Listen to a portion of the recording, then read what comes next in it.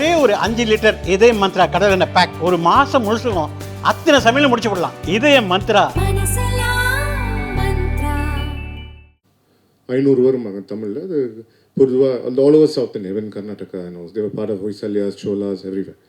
So these trade guilds are fundamental expansion for Cholas to expand into Southeast Asia, to set international rules of trade with the Chinese, with the Song dynasty.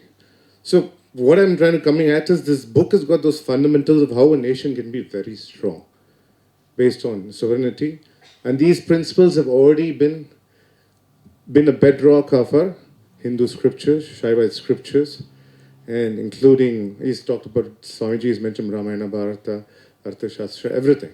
But I also want to include about Shaiva Siddhantam, because Tirumandiram also talks about that, Tirumulas, and Swamiji is working in Thyagarajan now. Thyagarajan is a very interesting place. Yeah, Arunagirinadhar அங்கே போய் அங்கே பாடியிருக்காரு அந்த கோயிலை பற்றி. இப்போ அந்த கோயில் it's very interesting. He'll explain more, because it's about a temple where you got Singaravel, Kandakumara deity இருக்கு.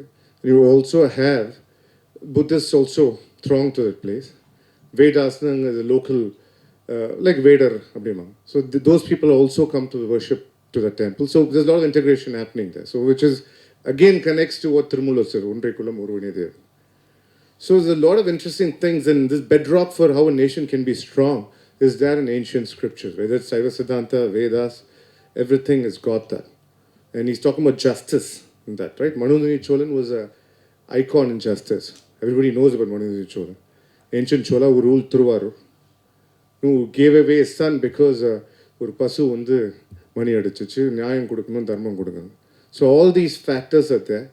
So I think Sir can, Swamiji can explain briefly on this. And we are in a path of getting a global power, but we need to really lift our cultural history, right? Because people don't talk about it. When I speak to a lot of Americans who have studied in Tufts University, I tell them pioneers of free market capitalism are Indians, people from Bharat.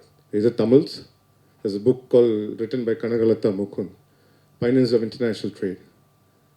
But Tamil merchants were.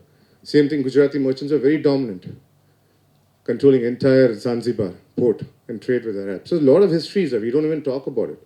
I mean, you go to Western world and explain this, and that's when they understand the antiquity of what we have done, how trade, and he mentioned, his appendix mentions about how 17th century is the biggest economy in the world in GDP.